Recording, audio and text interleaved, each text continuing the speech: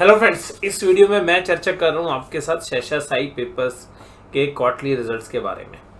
और देखिएगा जो रिजल्ट हैं वो किस तरीके के रहे हैं। रिजल्ट के अंदर सबसे खास बात ये कि पिछले क्वार्टर में यानी कि जो दिसंबर वाला क्वार्टर था वहाँ पे सेल में एक अच्छा खासा ड्रॉप आया था, लेकिन यहाँ पे सेल जो है मेंटेन कर पाए हैं और पिछले क्वार्टर के मुकाबले में सेल बढ़ के आई है। लेकिन पिछले साल के मुकाबले में तकरीबन 40 करोड़ के आसपास जो है सेल जो है कम हुई है। तो तकरीबन 30 से 34 करोड़ के बीच में 34 करोड़ रुपीस के आसपास जो है सेल कम होके आई है।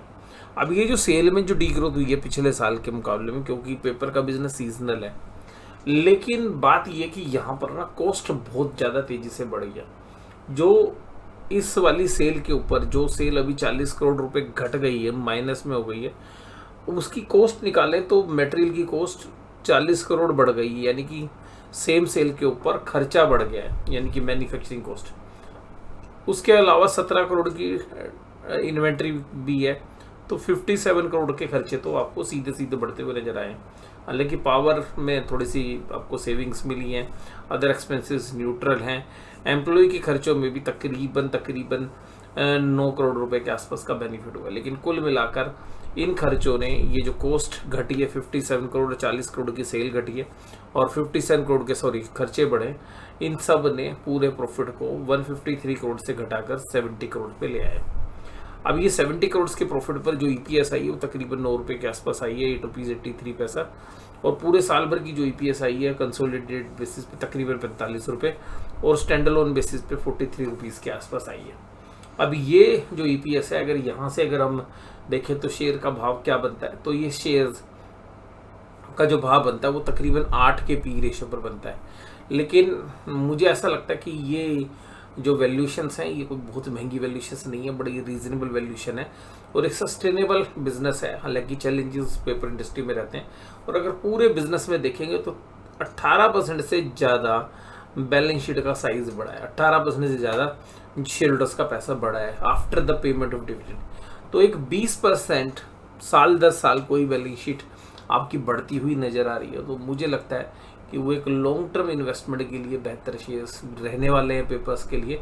तो शॉर्ट टर्म्स के अंदर हो सकता है कि थोड़ा सा 19-20 रहे, बट लॉन्ग टर्म्स के अंदर हमें लगता है कि बाजार की करेक्शन होगी तो देखिएगा 8 की पी वाला शेयर 6 की पी पे भी आ सकता है। बट लॉन्ग टर्म के अंदर अगर हम देखें 3-4 साल 5 साल का नज़रिया अगर हम रखें तो मुझे लगता है कि हर 3 से 4 साल में अगर 20% बैलेंस शीट का साइज बढ़ रहा है तो हर 5 साल में तो देखिएगा डिविडेंड लेने के बाद तकरीबन 4 से 4.5 साल के बीच में जो है बैलेंस शीट का साइज डबल हो जाएगा।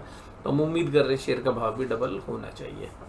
और ये केवल इस पेपर स्टॉक में नहीं, जो बाकी पेपर स्टॉक्स हैं वहाँ पर भी सिमिलर व्यू ही है हमारा, चाहे वो जेके पेपर है, चाहे वो आंध्रा पेपर है, चाहे वेस्ट कोस्ट पेपर है। और 5 रुपये का कंपनी ने डिविडेंड दिया है। तो ये जो चर्चा है इसमें बस केवल मैं यही बताना चाह रहा हूँ कि लॉन्ग टर्म के अंदर पेपर स्टॉक्स में कुछ भी हमें ज़्यादा गड़बड़ नहीं दिख रही है, और ये 20% के हिसाब से बैलेंस शीट यहाँ भी ग्रो करती रहेगी। और जो शेयर्स प्राइस है वो लगभग बुक वैल्यू से तकरीबन 10% के प्रीमियम पे ट्रेड कर रहे हैं। तो बुक वैल्यू के आसपास शेयर्स मिलना आज की डेट में इस तरीके के बाजार में तो बहुत ही मुश्किल काम है। तो ये पेपर इंडस्ट्री के शेयर्स जो है कैश रिच कंपनीज हैं, 60% जो है कैश है बैलेंस शीट के अंदर।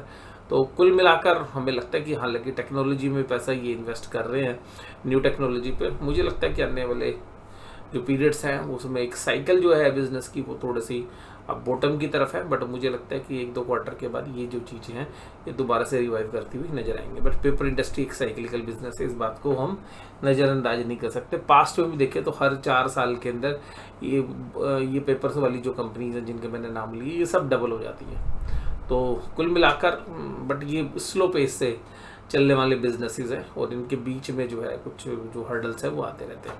तो इस वीडियो में बस केवल इतना ही। वीडियो में जुड़े रहने के लिए आपका धन्यवाद। और कोई भी तरीके का निवेश करने से पहले अपने फाइनेंशियल एडवाइस सलाह लें। ये वीडियो आपको केवल एजुकेशनल पर्पजेज़ के लिए ही शेयर की गई है। वीडियो देखने के लिए धन्यवाद। Thank you very much.